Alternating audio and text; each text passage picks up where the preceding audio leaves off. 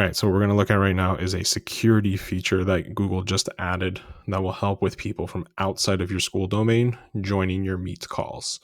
You may have heard something in the news called Zoom bombing, where kids are taking the links and they're putting them online and just letting random people join their classes.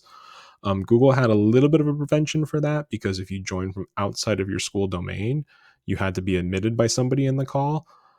They've since moved that to the only person who can add people outside of the domain to the call are now the meeting organizers. So even if a kid was to take your URL, go post it on Reddit and say, hey, join my Meet call and ruin it for us, they can't get in. You have to let them in. So let's take a look at what that actually looks like. So I have 3 windows here. This is my teacher account. This is the one that started the call. I shared the link with my students. This is my student account that is in the same domain. So this account right here with my picture and this account with the knight right here, these are both within Corona Charter. So the student can join the call, no need to be approved, same domain. My third window over here is a Romero charter, so a different domain. This could be a Romero charter, this could be Gmail, this could be another school, whatever.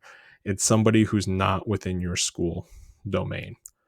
Previously, when they would hit ask to join, both accounts here would get the ability to add them. So a kid could add them. Now, when I click ask to join, the only person who's going to be able to add them is the meeting organizer.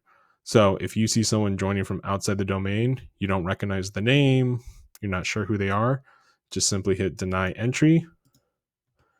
And that person will get a warning over here saying, hey, someone has denied your request to join.